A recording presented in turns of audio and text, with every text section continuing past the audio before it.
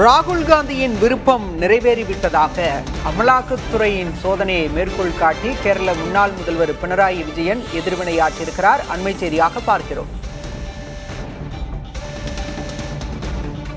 அமலாக்கத்துறை சோதனை தொடர்பாக கேரளத்தின் முன்னாள் முதலமைச்சர் பினராயி விஜயன் ஆவேசமாக பேசியிருக்கிறார். ராகுல் காந்தியின் விருப்பம் நிறைவேறிவிட்டதாக அவர் குறிப்பிட்டிருக்கிறார்.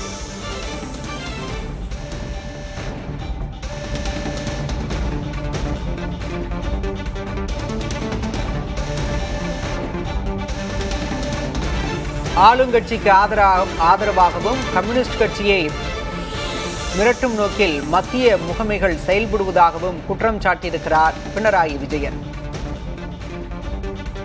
இந்த சோதனையை நீண்ட காலமாக சிலர் எதிர்பார்த்து காத்திருந்ததாகவும் பினராயி விஜயன் குறிப்பிட்டிருக்கிறார். இது விசாரணை அல்ல, அரசியல் சதி எனவும் கேரளத்தின் முன்னாள் முதலமைச்சர் பினராயி விஜயன் ஆவேசமாக பேசியிருக்கிறார்.